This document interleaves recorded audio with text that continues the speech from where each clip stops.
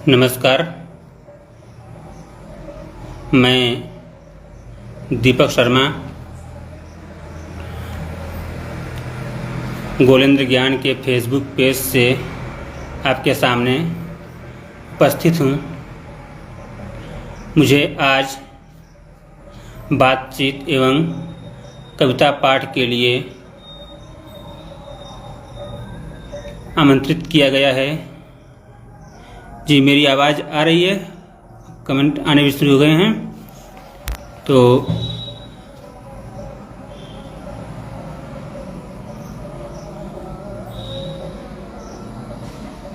जी, अब लग रहा है कि मैं ठीक से जुड़ गया हूँ।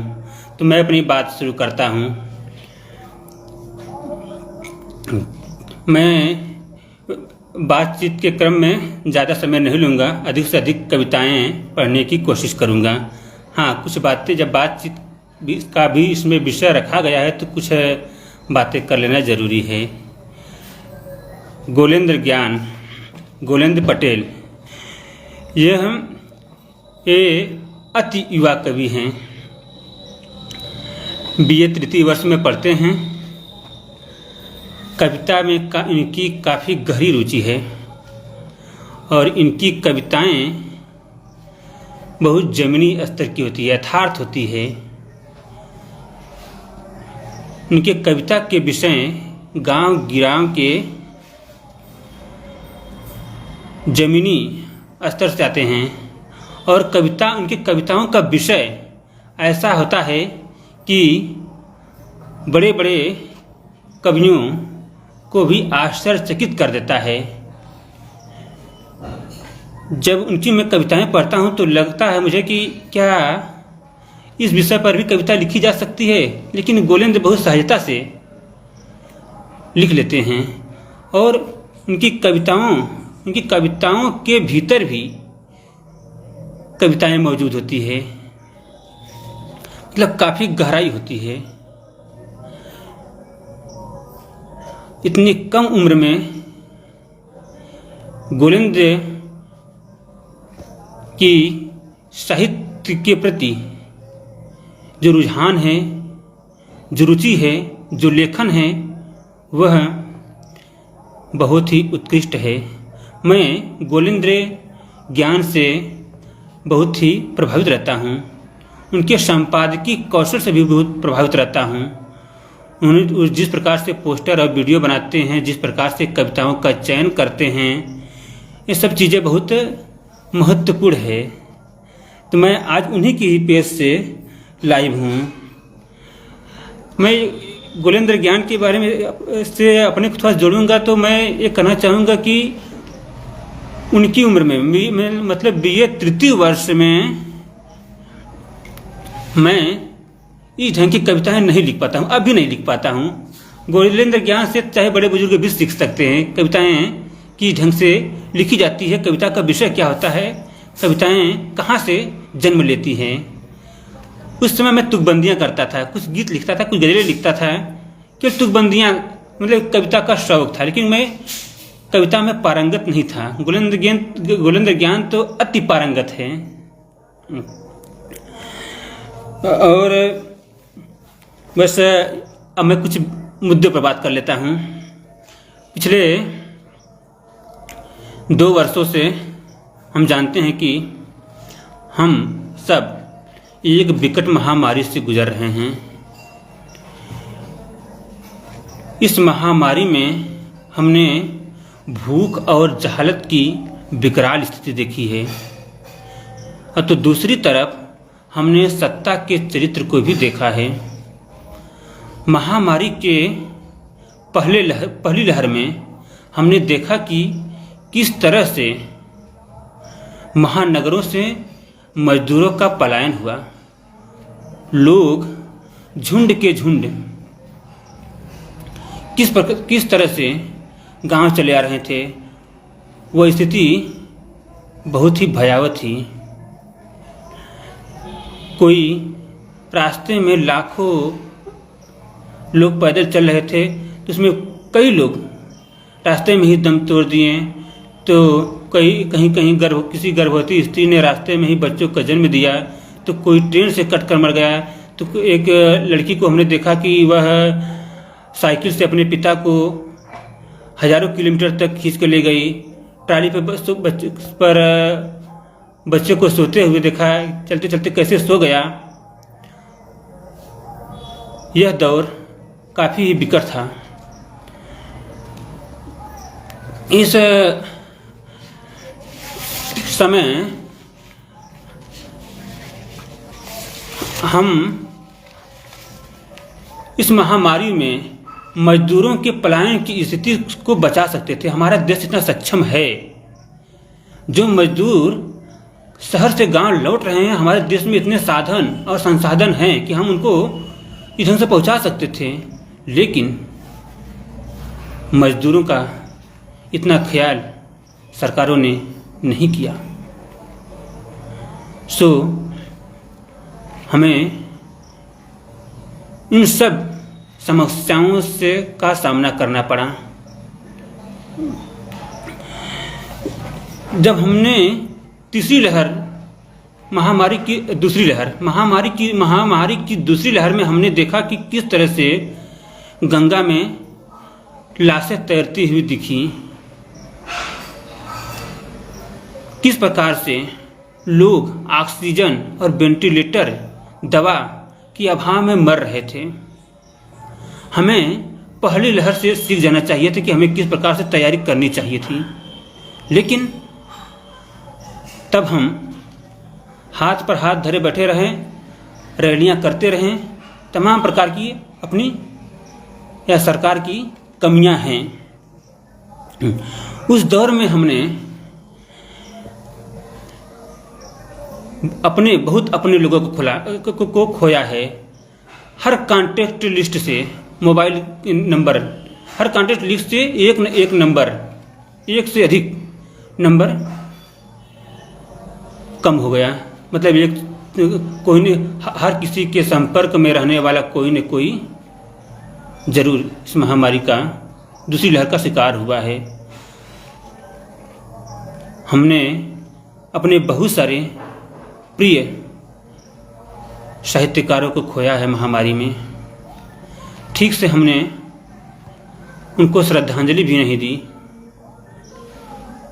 ठीक से हमने उनको श्रद्धांजलि भी नहीं दे पाया।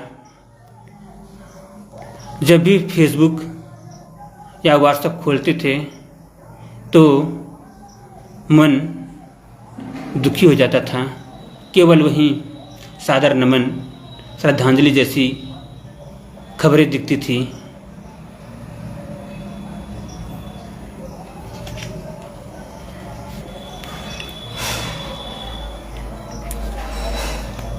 दूसरी बात, इधर बीच लगभग 10 महीनों से किसान आंदोलन चल रहा है। हमारे अन्नदाता दिल्ली के सीमा रेखा पर बैठे हुए हैं। उनके ऊपर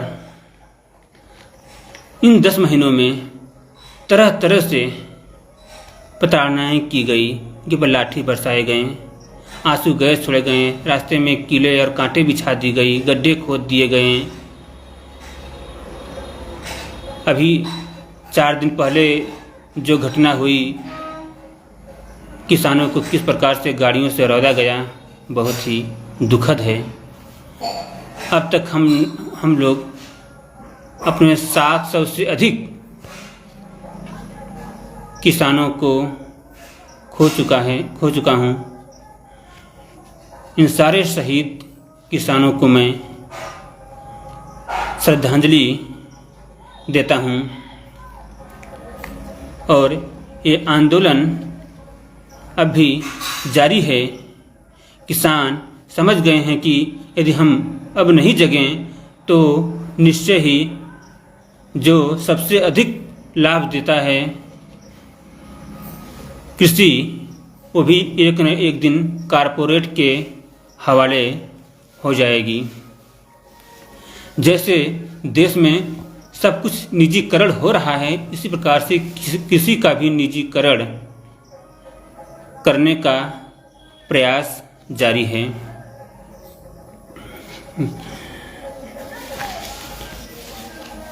और इन बीच तमाम प्रकार की ऐसी घटनाएं घटी, जैसे हाथरस में 2 बजे रात को हाथरस की बेटी को किस प्रकार से जला दिया गया, उनका दाह संस्कार बिना उनके परिवार की अनुमति से किया गया। या जामिया मिलिया इस्लामिया विश्वविद्यालय में किस प्रकार से लाइब्रेरी में घुसकर छात्र छात्राओं पर डंडे बरसाए गए। या तमाम प्रकार की रोज जो घटनाएं देख रहे हैं, लोकतंत्र के लिए ये सब चीज़ें खतरा है। तो हम लगभग 15 मिनट बात कर लिए। हम चाहते हैं कि इसी के इर्द गिर्द अपनी कविताएं पढ़ें, क्योंकि ज़्यादा बातचीत करने में समय अधिक बीत जाएगा, तो कविताएं मुझे कम पढ़ना पड़ेगा। तो मैं कविताएं बहुत उच्च कोटि की तो नहीं लिखता, लेकिन जो थोड़ा बहुत लिखता हूँ, पहले की अपेक्षा अब कुछ मुद्दों पे लिखने लगा हूँ। मुद्दों पे मतलब कि कुछ जो लिखते थे, जैसे पहले चार तोड़ लाएंगे, या बालक की सुंदरता के आगे करोड़ों कामदेव की सुंदरता फीकी पड़ने लगी है, ये सब बातें अब कविताओं में मेरे नहीं दिखती है। तो मैं शुरू करता हूँ। पहले किसानों से ही मैं बात करता हूँ। कविता का शीर्षक है होरियों सावधान हो जाओ। कविता का शीर्षक है होरियों सावधान हो जाओ। देश के होरियों सावधान हो जाओ, फैसला तुम्हारे हित में हुआ है। देश के होरियों सावधान हो जाओ, फैसला तुम्हारे हित में हुआ है। मन की बात नहीं सुनी तुमने, न्यूनतम समर्थन मूल्य निजी कंपनियां तय करेंगी। अब न्यूनतम समर्थन मूल्य निजी कंपनियां तय करेंगी। अब तुम्हारे ही खेतों में वे जब चाहेंगे चाय उगाएंगे, जब चाहेंगे काफ़ी जूट मसाले। तुम जियोगे उन्हीं की शर्तों पर। हुकूमत हमेशा कहती रही भला होगा तुम्हारा। हुकूमत हमेशा कहती रही भला होगा तुम्हारा। इस झूठे छलावे में झंसते और फंसते रहे हर बार तुम।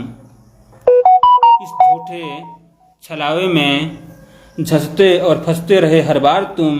राय साहब तो एसी में बैठे हैं, राय साहब तो एसी में बैठे हैं। वो क्या जाने तुम्हारे खून पसीने की कमाई।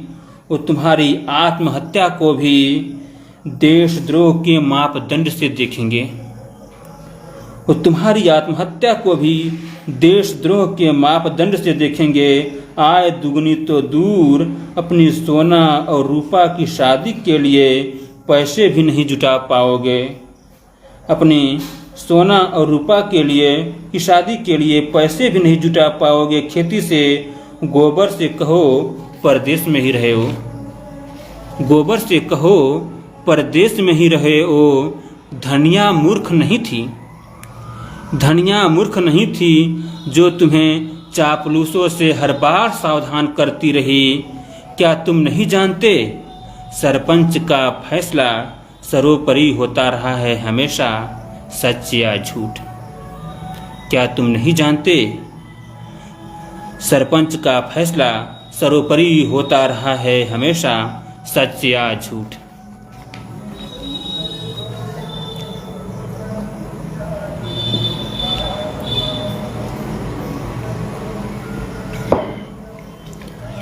दूसरी कविता का शीर्षक है मेड़ बनाती धनिया। जब घर में बहू बनकर आई झुनिया, बीमार होने की डर से बारिश में भीग कर बाहर नहीं निकलना चाहती, तब वह 65 बरिस की धनिया साड़ी का पल्लू मोड़कर धान के खेत में बना रही होती है मेड़। खेत का पानी कहीं दूसरे के खेत में न उतर जाए, इसलिए वह जल्दी जल्दी चलाती है अपना झुर्रियों वाला हाथ। वह घंटे 2 घंटे तक काम में लगी रहती पर नहीं थकती। वह घंटे 2 घंटे तक काम में लगी रहती पर नहीं थकती। उसे धान रोपने या खेत से पानी उतर जाने से ज़्यादा चिंता है घर में नाती पोतों के पेट भरने की, उनकी पढ़ाई और दवाई के खर्च की, क्योंकि वह जानती है कि परदेश में रहने वाले गोबर की कमाई से परिवार का खर्च नहीं चलने वाला। क्योंकि वह जानती है कि परदेश में रहने वाले गोबर की कमाई से परिवार का खर्च नहीं चलने वाला। और अगली कविता का शीर्षक है हमारा अन्नदाता। हर शाम टेलीविज़न पर एक एंकर और कुछ प्रवक्ता आते हैं और जोर जोर से चिल्लाते हैं। हर शाम टेलीविज़न पर एक एंकर और कुछ प्रवक्ता आते हैं और जोर जोर से चिल्लाते हैं, किसान हमारे अन्नदाता हैं, हम उनका भला करेंगे। किसान हमारे अन्नदाता हैं, हम उनका भला करेंगे। भला करने के लिए पक्ष और विपक्ष आपस में लड़ पड़ते हैं। भला करने के लिए पक्ष और विपक्ष आपस में लड़ पड़ते हैं, झगड़ पड़ते हैं, किंतु भला कोई नहीं करता। दरअसल वे भला की थाली में गुड़ मिलाकर मीठा जहर देते हैं। दरअसल वे भला की थाली में गुड़ मिलाकर मीठा जहर देते हैं, जिसे अन्नदाता चुपचाप निगल लेते हैं और अपना बहुमूल्य मत नेताओं के झूठे वायदों पर न्यौछावर कर देते हैं। हमने विचार किया हमारा अन्नदाता इतना लाचार क्यों है, हमारा अन्नदाता परेशान क्यों है, हमारा अन्नदाता दुख से बेहाल क्यों है, हमारे अन्नदाता की परवाह किसको है। बैलों के पीछे पीछे चलने वाला हमारा अन्नदाता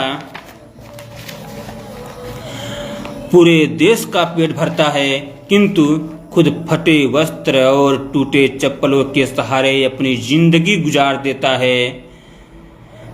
हल कुदाल फावड़ा उनके आभूषण हैं। हमारा अन्नदाता जब खेत में पराली जलाता है तो उनके ऊपर मुकदमे ठोक दिए जाते हैं। हक मांगने पर उन्हें आंदोलन जीवी, खालिस्तानी, मलाली और दलाल घोषित कर दिया जाता है। सड़क पर निकलता है तो उनके रास्ते में गड्ढे खोद दिए जाते हैं। रैलियां करता है तो उनके ऊपर आंसू गैस और पानी की बौछारें की जाती है। कटीली तार और नुकीले कांटे बिछा दिए जाते हैं। नारे लगाने पर लाठी और डंडे बरसाए जाते हैं। उनका आंदोलन कमजोर करने के लिए बिजली पानी सब काट दी जाती है। सत्ता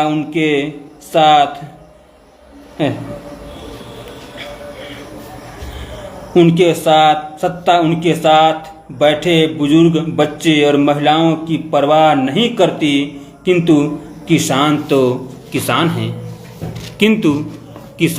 किसान हैं। सूरज की तेज तपन और पूस की रात का ठंड सहने वाला किसान सत्ता का दमन भी सह लेता है। हमारा अन्नदाता खेत में अच्छी फसल के लिए श्रम के साथ खाद, बीज, पानी देने में कोई कसर नहीं छोड़ता। हमारा अन्नदाता खेत में अच्छी फसल के लिए श्रम के साथ खाद, बीज, पानी देने में कोई कसर नहीं छोड़ता। प्रकृति और सत्ता की मार सहजता से झेल लेता है। सूखा, ओला, बाढ़ से बर्बाद होती फसल को अपना भाग्य समझ लेता है। हमारा अन्नदाता बहुत गरीब है। हमारा अन्नदाता बहुत गरीब है। वो बदहाल और दुख की स्थिति में हमेशा होता है। उनके आंसू किसी को नहीं दिखते। विज्ञापनों में दिखाया जाता है किसान बीमा योजना खुशहाल जिंदगी। किसान बीमा योजना खुशहाल जिंदगी। ब्याज सहित कर्ज न चुका पाने की जुर्म में आत्महत्या कर लेते हैं हमारे अन्नदाता। उनके बीवी बच्चों के रोने और कराहने की आवाज़ संसद के लाउड स्पीकर के शोर में दबा दी जाती है ताकि वे जनता को बता सके किसान बीमा योजना खुशहाल जिंदगी। अपने खेतों पर हावी होते कारपोरेट शक्तियां अपने खेतों पर हावी होते कारपोरेट शक्तियों एवं उनकी चालाकियों को समझने लगे हैं हमारे अन्नदाता। ईश्वर की उपाधि से संतुष्ट नहीं हैं वे अब। ईश्वर की उपाधि से संतुष्ट नहीं हैं वे अब। उन्हें गुलाम बनाने के सारे कोशिशें अब विफल होगी। लोकतंत्र को कुचलने में सत्ता नाकाम होगी और जीत होगी हमारे अन्नदाता की। और जीत होगी हमारे अन्नदाता की। आर्यपुत्र दीपक गोलिंद ज्ञान आप सबका दिख रहे हैं। धन्यवाद। मैं अगली कविता पढ़ता हूँ, मेरी गौरैया। कविता का शीर्षक है मेरी गौरैया। मैं हर सुबह ताजी हवा लेने के लिए चला जाता हूँ छत पर। मैं हर सुबह ताजी हवा लेने के लिए चला जाता हूँ छत पर। प्राणायाम करने की बजाय पढ़ने लगता हूँ कुछ चुनिंदा कवियों की कविताएं। तब एक गौरैया आकर बैठ जाती है मेरे पास। मेरे पाठ करने के सुर में वह भी करती है कलरव। मेरे पाठ करने के सुर में वह भी करती है कलरव। उससे मैं प्रसन्नचित्त होता था या वो मुझसे, शायद दोनों एक दूसरे से। इस बीच भयावह महामारी आई, तालाबंदी हुई। तब लंबे समय तक के लिए चला गया मैं अपने गांव। तब लंबे समय तक के लिए चला गया मैं अपने गांव। मुझे गौरैया की बहुत याद आई। मुझे गौरैया की बहुत याद आई। मैं लौट कर जब आया शहर, गौरैया नहीं थी वहाँ। मैं लौट कर जब आया शहर, गौरैया नहीं थी वहाँ। मैंने कई दिनों तक इंतज़ार किया किंतु वह नहीं आई। मैं और ज़ोर ज़ोर से पढ़ने लगा कविताएं, वह नहीं ही आई। मुझे पता लगाना मुश्किल था कि वह कहाँ होगी इस समय। मेरे जाने के बाद क्या किसी ने नहीं दिया होगा लॉकडाउन में उसे दाना। क्या किसी ने नहीं पिलाया होगा उसे पानी। अंततः मुझे लगने लगा महामारी की भयावहता में मैंने खो दिया है अपना एक और साथी। अंततः मुझे लगने लगा महामारी की भयावहता में मैंने खो दिया है अपना एक और साथी।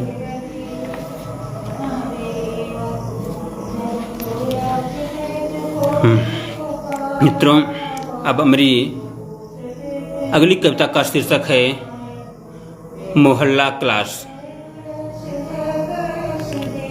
मोहल्ला क्लास। बच्चों को इंतजार करते हुए कई महीने हो गए। बच्चों को इंतजार करते हुए कई महीने हो गए किंतु स्कूल अब तक नहीं खुला। साहेब ने कह दिया अब मोहल्ला क्लास पढ़ाइए। साहेब ने कह दिया अब मोहल्ला क्लास पढ़ाइए। मैं हर रोज़ 8:30 बजे ऑफिस में दस्तखत बनाकर चला जाता हूँ गांव और झुग्गी बस्तियों की ओर। वहाँ घर के नाम पर ज़्यादातर सरपत और घास फूस की झोपड़ी मिलती है। वहाँ घर के नाम पर ज़्यादातर सरपत और घास फूस की झोपड़ी मिलती है और मिलते हैं पुराने कच्चे खपरेल के मकान जो ढहने की स्थिति में होते हैं। वर्ष में 2 बार चिकनी मिट्टी से इसकी लिपाई न की जाए तो निश्चय ही ये ढह जाएंगे। वर्ष में 2 बार चिकनी मिट्टी से इसकी लिपाई न की जाए तो निश्चय ही ये ढह जाएंगे। पक्के मकान तो कहीं कहीं ही दिखते हैं। बच्चों को ढूंढते हुए भारत माता के अनेक चेहरे देखने को मिलते हैं गांव व झुग्गी बस्तियों में। बच्चों को ढूंढते हुए भारत माता के अनेक चेहरे देखने को मिलते हैं गांव व झुग्गी बस्तियों में। इन बस्तियों में नंग धड़ंग बच्चे कहीं कंचा गड़ाड़ी तो कहीं चिप्पी खेलते हुए मिलते हैं। इन झुग्गी बस्तियों में नंग धड़ंग बच्चे कहीं कंचा गड़ाड़ी तो कहीं चिप्पी खेलते हुए मिलते हैं तथा खुले आसमान में स्नान करती हुई औरतें भी दिख जाती हैं जो हमें देखते ही साड़ी का पल्लू गर्दन तक खींच लेती हैं। कुछ औरतें घेर कर हमें खड़ी हो जाती हैं, पूछती हैं हमारे लिए कोई नई योजना है क्या? पूछती हैं हमारे लिए कोई नई योजना है क्या? साथ ही साथ करती हैं अनेक शिकायतें। मार साहब हमें राशन कब मिलेगा? लॉकडाउन का पैसा हमारे खातों में कब आएगा? ननकुआ का जूता और बस्ता फट गया है। हम झुंझला उठते हैं। जी करता है कि कह दे कि हम ही सरकार हैं क्या? तब कहाँ याद रहता है हम सरकार न सही किंतु सरकार के नुमाइंदे तो हैं।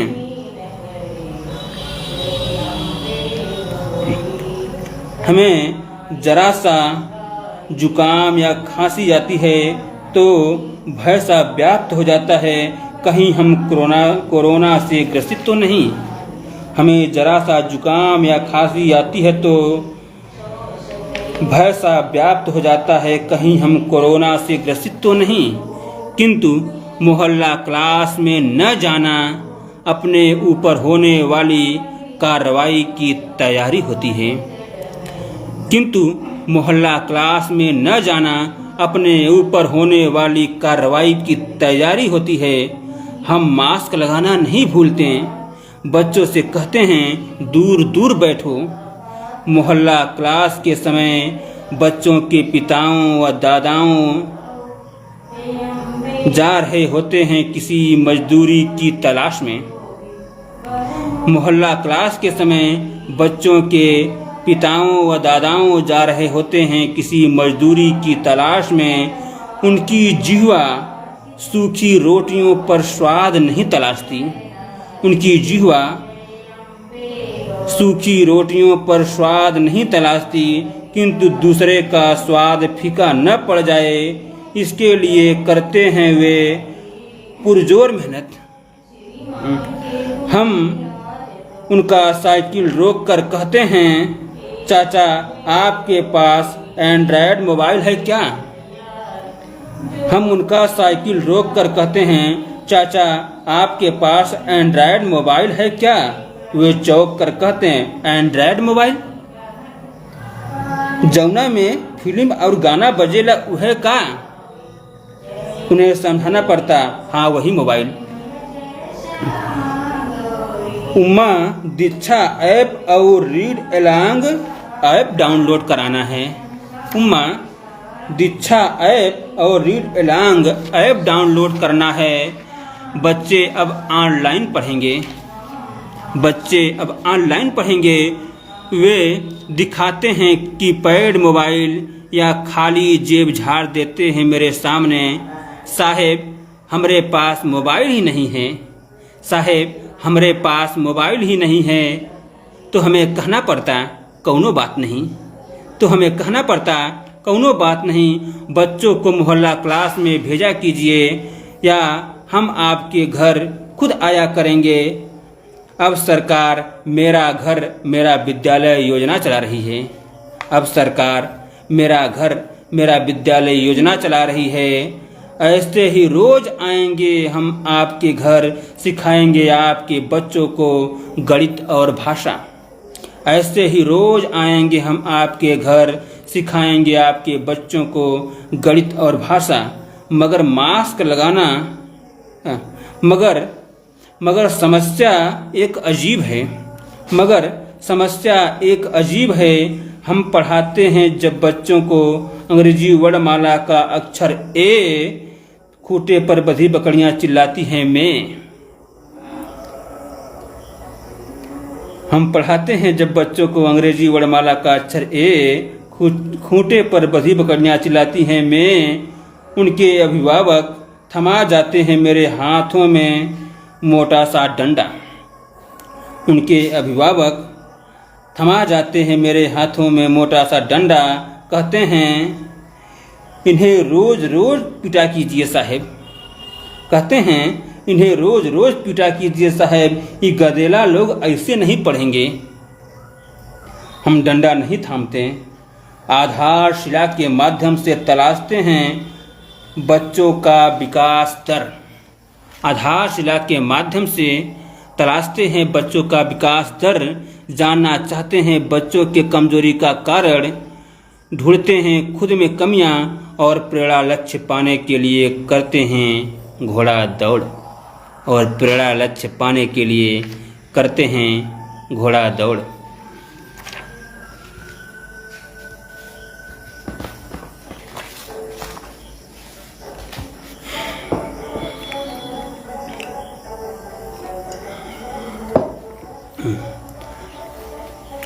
अब मेरी अगली कविता है मेरे स्कूल के बगल से नदी।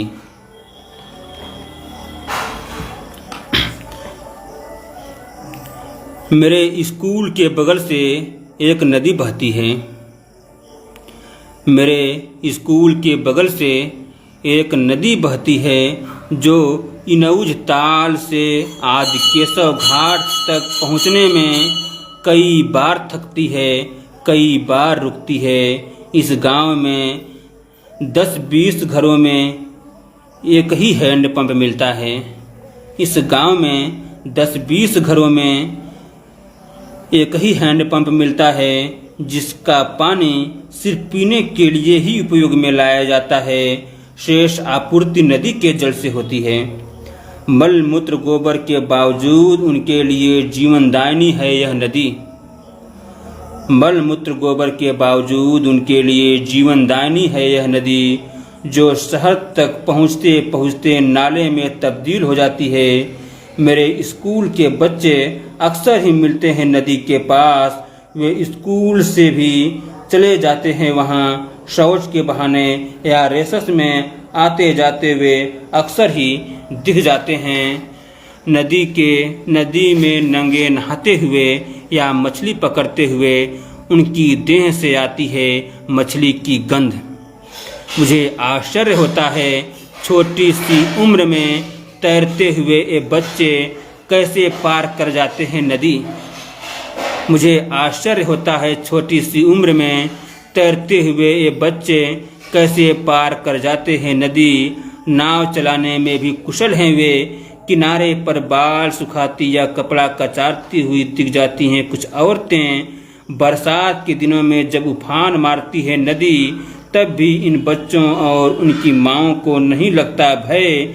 उन्हें विश्वास होता है कि नदी की धार उन्हें नहीं डुबोएगी। उन्हें विश्वास होता है कि नदी की धार उन्हें नहीं डुबोएगी। इस नदी में जवान वृद्ध महिलाएं भी नहाती हैं। नदी के आसपास झुरमुट और झाड़ियां हैं। औरतें और लड़कियां झुरमुट की आड़ में कपड़े बदल लेती हैं।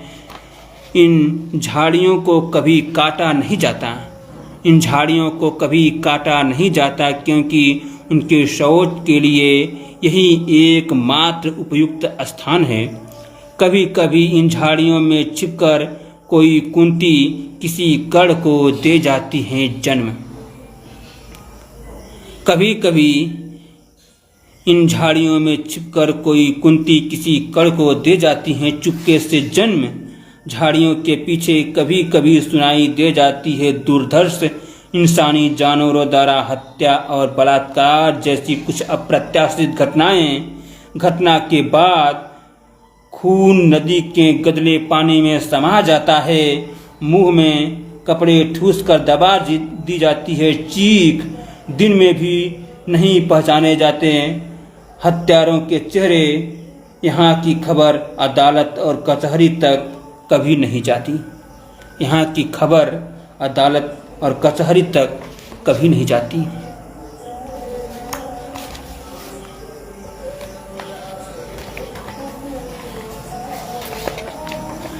उनका उपहास। अजीब है हवाएं जो सदा उल्टी दिशा से आती रहीं, और अजीब है मेरी किस्मत जो हमेशा मुझे आजमाती रही।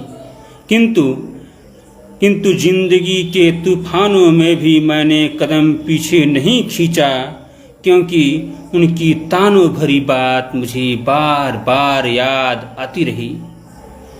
जब कभी सोचता हूँ अपने भविष्य के बारे में, मुझे अनायास ही याद आती है अतीत की बातें। जब कभी सोचता हूँ अपने भविष्य के बारे में, मुझे अनायास ही याद आती है अतीत की बातें। मेरी असफलताएं उन्हें जलाती रही, मेरी असफलताएं उन्हें जलाती रहीं, किंतु मेरी असफलताएं उन्हें बहलाती रहीं, किंतु मेरी सफलताएं उन्हें जलाती रही। मैं ठोकर खा खा कर गिरता रहा और वे मुझे देख कर हंसते रहे। आज मैं उन्हें देता हूँ तहे दिल से धन्यवाद। आज उन्हें देता हूँ तहे दिल से धन्यवाद, क्योंकि उनका उपहास ही मेरे इरादों को मजबूत बनाती रही। क्योंकि उनका उपहास ही मेरे इरादों को मजबूत बनाती रही। अगली कविता का शीर्षक है, कौन सी कविता पढ़ें? 13वीं का बिहान पढ़ता हूँ। कविता का शीर्षक है 13वीं का बिहान। कल मेरे पड़ोसी गंगू चाचा के पिताजी की 13वीं थी। कल मेरे पड़ोसी गंगू चाचा के पिता की 13वीं थी। ब्रह्म भोज में भीड़ खूब जुटी थी। पहले ब्राह्मणों ने भोग लगाया, दक्षिणा ग्रहण किया, फिर देर तक चलता रहा भोज। गांव के खरंजे पर साइकिल, मोटरसाइकिल, पैदल, कार, स्कॉर्पियो के आने जाने से चहल पहल थी। खद्दरधारी काले कोट, सायरन व नीली बत्ती वालों के लिए वीआईपी व्यवस्था थी। अंत में उत्तीर्ण कहने के बाद सबने कहा मृतक आत्मा को शांति मिली। अंत में उत्तीर्ण कहने के बाद सबने कहा मृतक आत्मा को शांति मिली। सुबह घर के पिछवाड़े जूठे पत्तले चाटते हुए कुत्ते दिखे। सुबह घर के पिछवाड़े जूठे पत्तले चाटते हुए कुत्ते दिखे। बिखरे अन्न को टोल से उठाते पंछी और खिड़की के पीछे शराब की अनेक खाली बोतलें। हलवाई नशे में अब तक बुत पड़ा है। हलवाई नशे में अब तक बुत पड़ा है। रघु काका का पैंट पेशाब से खराब हो गया था, यह बात उन्हें सुबह मालूम हुई। गांव के दक्षिणी टोला में मुसहरों की बस्ती थी। गांव के दक्षिणी टोला में मुसहरों की बस्ती थी। हाथ में लोटा, थाली, भगोना लेकर औरतें और बच्चे द्वार पर आ चुके थे, जिन्हें कल के भोज में निमंत्रण नहीं था। हाथ में लोटा थाली भगोना लेकर औरतें और बच्चे द्वार पर आ चुके थे। जिन्हें कल के भोज में निमंत्रण नहीं था, उनमें कुछ डेरा डालकर रहने वाले बाशिंदे थे। वे झारखंड या छत्तीसगढ़ से पलायन आदिवासी हैं। दाल में खटास आ गया था, पर वे लेने से मना नहीं कर रहे थे। दाल में खटास आ गया था, पर वे लेने से मना नहीं कर रहे थे। सब्जी में गिरे काकरोच को सावधानी से निकाल कर बाहर फेंक दिया गया था। पूड़ियाँ कठोस हो गई थी, चावल लिजाने लगा था, किंतु उन्हें लेने में हिचक न थी, वरन अत्यधिक प्रसन्नता थी। बुनिया के डेग को ढककर ओसारे में खिसका दिया गया था, जो कि मुसहरों के हिस्से में न था। उत्तरी टोला के लिए जो भोजन बेकार और बेस्वाद हो चुका था, दक्षिणी टोला के लिए वही भोजन विशेषाहार था। आज उन्हें रोटी के लिए सोचना नहीं पड़ेगा। गेहूं के खलिहान में मुश्किल में हाथ डालना नहीं पड़ेगा। बच्चों को आगे करके किसी के आगे हाथ फैलाकर गिड़गिड़ाना नहीं पड़ेगा। आज जो मजदूरी कर लेंगे वे उनकी एक दिन की बचत होगी। आज जो मजदूरी कर लेंगे वे उनकी एक दिन की बचत होगी। अगली कविता का शीर्षक है जूलिया नहीं जान पाई प्रेम।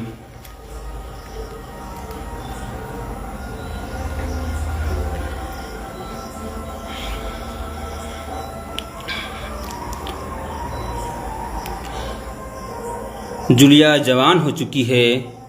प्रेम करने की उम्र में वह उठाती है गोबर। माँ के साथ मनरेगा में करती है मजदूरी। बाबू बाबुआनों की काटती है गेहूँ, ढोती है बोझा, रोपती है धान, काटती है सरसों, खींचती है सगड़ी। शादी ब्याह में उठाती है पत्तल, धोती है जूठे बर्तन, पर नहीं सोचती कभी प्रेम। उसे किताबों से तो पाला ही नहीं पड़ा प्रेम। स्कूटी से स्कूल जाती लड़कियों सी ललक नहीं उसमें। न ही मन में आया कभी बाहों में बाहें डालकर किसी प्रेमी के साथ पार्क में बैठने का सपना। सच तो यह है कि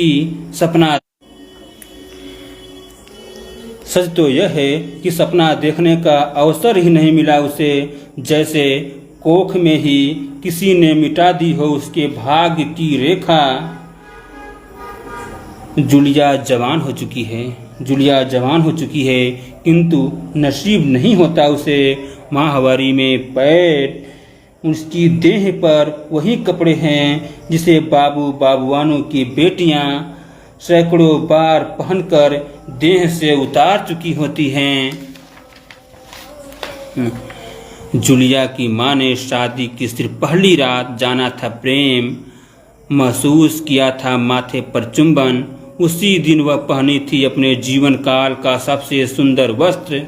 लगाई थी माथे पे बिंदी, बालों में जूरा, आँखों में काजल, हाथ में मेहंदी, पैरों में महावर। किंतु अब तक जूलिया नहीं जान पाई किसी प्रेमी का निश्चल प्रेम।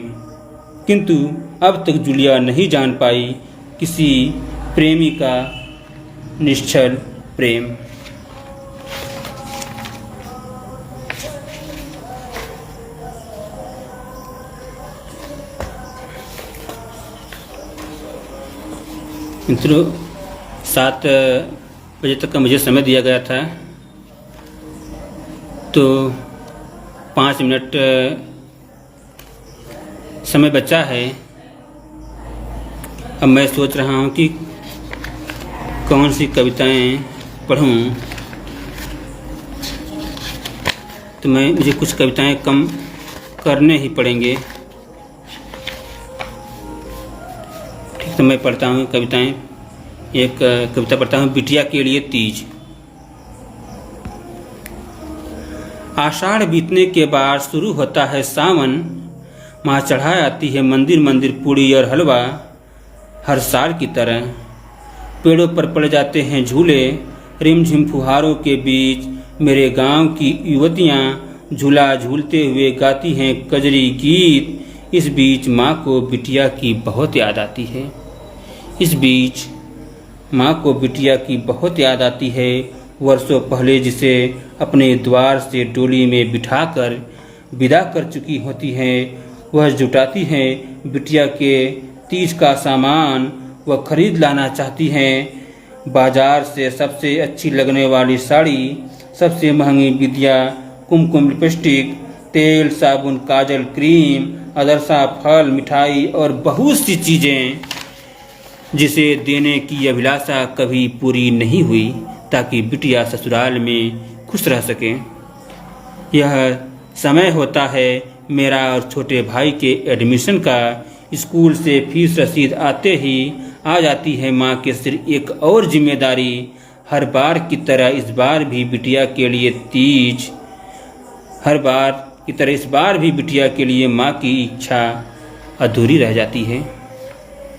इसी का दूसरा भाग है कि बिटिया को तीज का सामान बांटते हुए माँ ने दिखाया मुझे अटैची और पोटली, ये कहते हुए कि कल जब मैं नहीं रहूँगी इस संसार में, तुम बहन को ऐसे ही बात कर ले जाना तीज।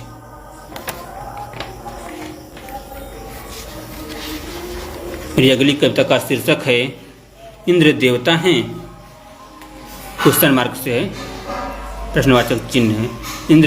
इंद्र देवता हैं? नहीं, मर गया था उसी दिन उनका देवत्व जिस दिन अवैध रूप से किया था उन्होंने अहिल्या के घर में प्रवेश किया था। उनके साथ दुराचार, उनका यह कुकृत्य छल कपट व एक स्त्री के इच्छा के विरुद्ध था। उनका यह कुकृत्य छल कपट व एक स्त्री के इच्छा के विरुद्ध था। किंतु वे स्वर्ग के राजा थे।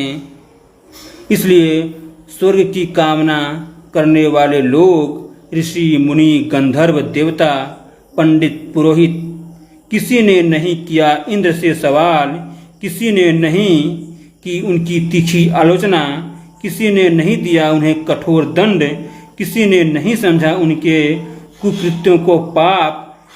उल्टे अहिल्या को ही शाप देकर बना दिया गया उन्हें पत्थर, जबकि वह निर्दोष थी। ऋचाओं में गाया गया यत्र नार्यस्त पूजन्ते रमन्ते तत्र देवता। हमारे पुरोहित यज्ञ में, पूजा में, कथा और प्रवचन में गाते हैं इंद्र की महिमा का गान, जबकि अहिल्या की पूजा उन्होंने कभी नहीं की।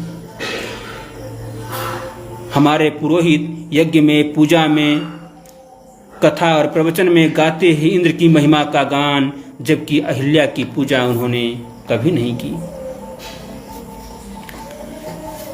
मेरी अगली कविता का शीर्षक है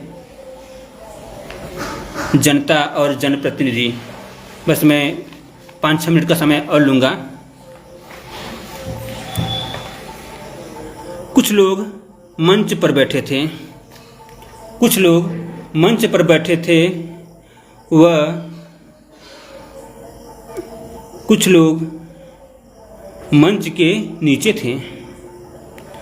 मंच पर बैठे लोग जनप्रतिनिधि थे और मंच के नीचे आम जनता थी। जनप्रतिनिधि लोग बता रहे थे इतिहास में दर्ज अपने पुरखों की कहानियाँ, दिखा रहे थे फ्रेम में मढ़ाया हुआ उनका चित्र के नीचे स्वर्णिम अक्षरों में लिखा उनका नाम। वे राजा थे, मंत्री थे, सलाहकार थे और मनीषी थे। एक दूसरा मंच था जिस पर बैठे कवि, साहित्यकार, दार्शनिक कर रहे थे उनकी महिमा का प्रशस्ति गायन। एक दूसरा मंच था जिस पर बैठे कवि, साहित्यकार, दार्शनिक कर रहे थे। उनकी महिमा का प्रशस्ति गायन मौन जनता उन चित्रों में, इतिहास में, गायन में ढूंढ रही थी अपने पुरखों का नाम, जिन्होंने सबसे आगे बढ़कर सबसे ज़्यादा दी थी कुर्बानियाँ, जिन्होंने सबसे आगे बढ़कर सबसे ज़्यादा दी थी कुर्बानियाँ। वो प्रजा थी, आम सैनिक थे, सेवक थे।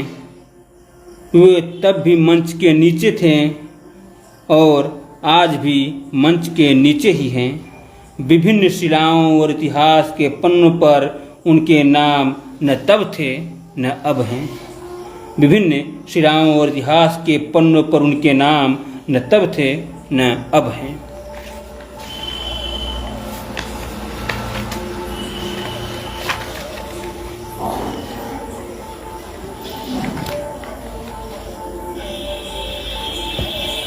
एक छोटी सी कविता का शीर्षक है बाल श्रम।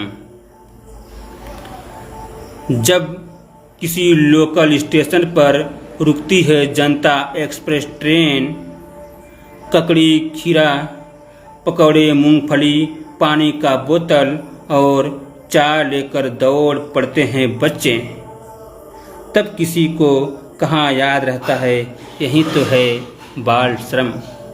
तब किसी को कहाँ याद रहता है यही तो है बाल श्रम। मेरी अगली कविता का शीर्षक है दम तोड़ता पिता। दम तोड़ते हुए पहली बार एक पिता ने कहा, छोटकी बड़ी हो गई है।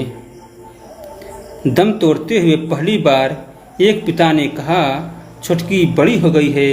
बेटे ने पहली बार सुनी पिता के कंठ से आह का स्वर। पहली बार एहसास हुआ जिम्मेदारी का बोझ। अगली कविता का शीर्षक है भुट्टा।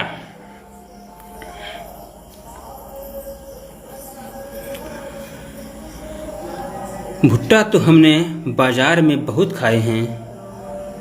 ठेलों, चट्टी चौराहों पर इसके लिए भीड़ लगी रहती है। अब लोग भुट्टे भूख के लिए नहीं अपितु शौकियाँ खाते हैं। अब लोग भुट्टे भूख के लिए नहीं अपितु शौकियाँ खाते हैं। मगर घर पर जब माँ बोरसी पर गोईठे की आग में भूखती है भुट्टे के बाल, बहन पीसती है सिलबट्टे पर नमक, मिर्च, अदरक, और दादी बताती है देश में गेहूं आने से पहले पेट के लिए भुट्टे का महत्व, तो मन भुट्टे सा दुधिया हो जाता है।